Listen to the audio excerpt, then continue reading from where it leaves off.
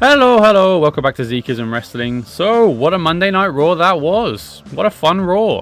In light of the online backlash towards WWE and the direction of the, the Ruthless Depression era, or whatever they're calling it, which is just silly, but whatever. For me, I thought it was a really fun Raw. Yes, it felt very house showy. Yes, they didn't feature most new stars.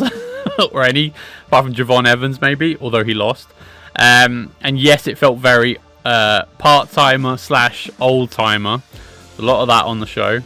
But there was the odd glimpse of sort of showcasing future talent. I mean, you've got the title change for Maxine Dupree. I'm sort of personally skeptical about how much of a star they've got on their hands there, but nevertheless. Stephanie Vaquer was displayed and then beaten down by part-time Nikki Bella.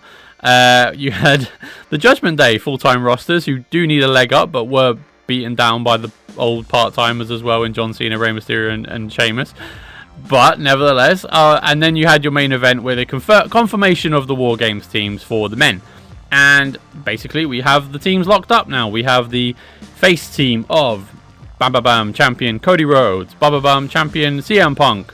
We have the Usos, Jay and Jimmy. Online again, direction of hate from the online community as well. And you have finally Roman Reigns finalizing the face team. I don't know what you call that team. Is it Team Punk or Team Cody? I'm not sure. Facing off against the heel team of I guess Team Vision. Are they Team Vision? Feels like Team Vision. With de facto leader or not, Logan Paul. De facto alternate leader or not, Braun Breaker. Certainly not leader, Bronson Reed. You have Drew McIntyre, who joined on Friday.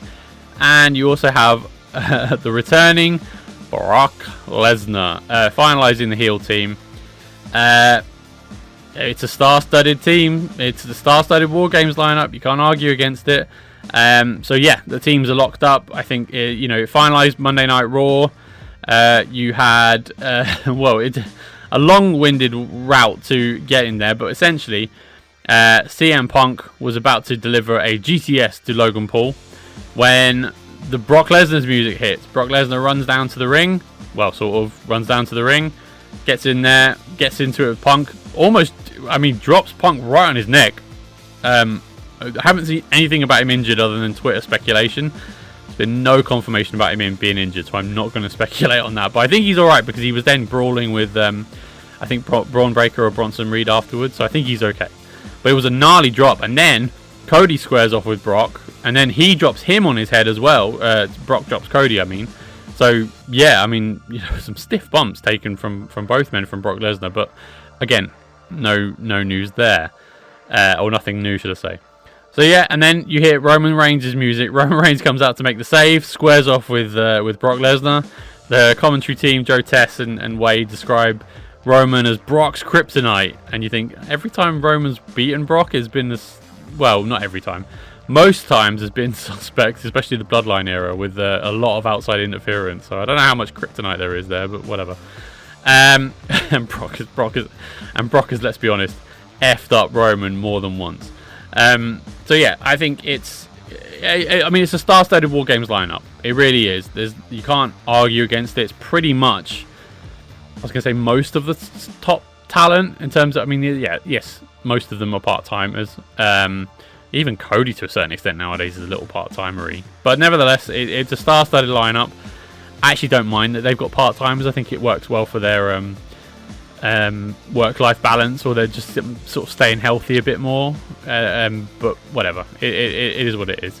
So yeah, that's the men's WarGames lineup locked without being too newsworthy. It's what was reported. I think there's no surprises here in terms of who's in it. I think LA Knight was mentioned at one point, so sucks to be an LA Knight fan at the moment, which I am. God, what do they do with him? Well, push him is the answer, but they won't do that seemingly for whatever reason. But here he's carrying cross all over again. And so yeah, WarGames. It's a week on Saturday. It's looking like a banger. They're adding some good matches to it. Not particularly excited about the Nikki Bella Stephanie Vaquer one, especially because I think Stephanie is going to win that quite handily. I think Nikki Bella's just not the best in-ring performer for me, but that's just a personal take. Dom Mysterio versus John Cena announced as well. The women's WarGame matches sort of kicked things into gear. I mean, Charlotte confirmed more or less on Raw that she is going to be a part of the team. Like, there was a big shock there, but it's good to see that locked down, and I think there's obviously room for 2 more members, 1 on each, to be added. I think we know, based on the result of the Intercontinental title match, who those 2 people are going to be. We did see Rhea at one point actually go up to AJ Lee, who returned, by the way, as well last night.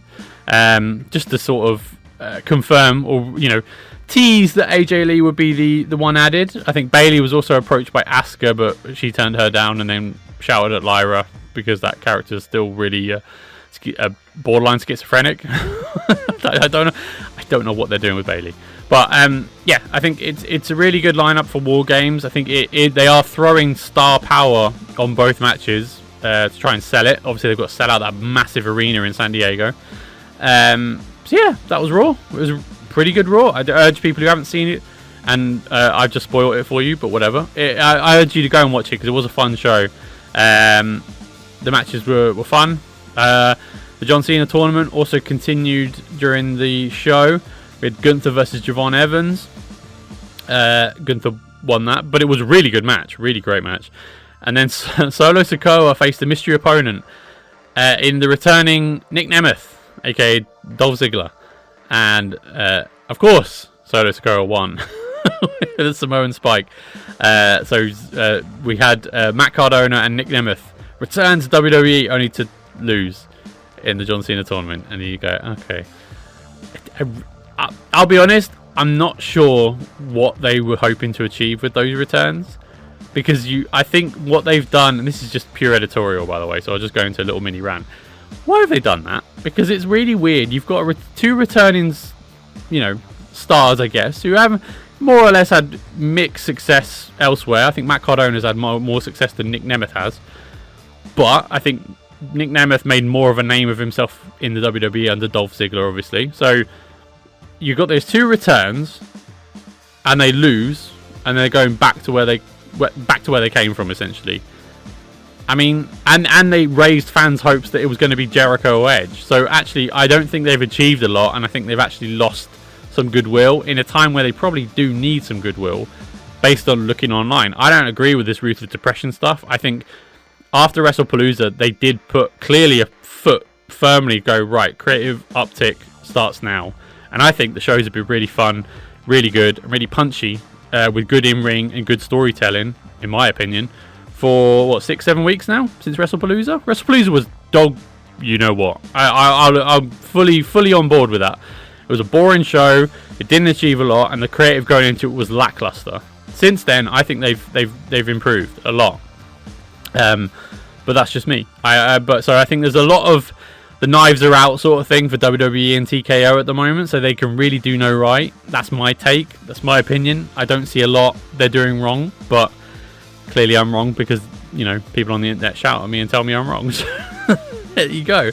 But for me, I thought it was a really fun Raw. One of many over the last few weeks, and I will advocate for that. But hey, I'm a big shill, so there you go. Anyway, I enjoyed Raw. I urge you to check it out if you haven't. And we're on the road to WarGames, week Saturday. More of the same though. Friday's SmackDown looks good. I think the tournament continues for John Cena. I mean Gunther's going to win it, I think, but who knows. Let me know what you think of Raw. Let me know what you think of WWE in general in the comments. Please leave a like or subscribe on the channel. And thank you so much for anyone who has watched or listened to any of my content on this channel for the since I started it in, I think it was April or March. I think probably April actually, because it's post-Mania. We reached 1,000 subscribers yesterday, and I am blown away, eternally grateful, a little bit shocked, to be honest with you, but very, very, very, very, very grateful to anyone who has partaken, watched or listened to my stupid voice talking about things I'm passionate about on this channel. Very, very grateful. And so thank you very much. I'm hoping to do something this week to sort of celebrate that milestone, because it was a milestone I didn't think I'd achieve for at least a year, maybe more. So I'm very, very grateful. So thank you very much to anyone who's subscribed to this channel. I genuinely really, really appreciate it. Thank you so much for watching.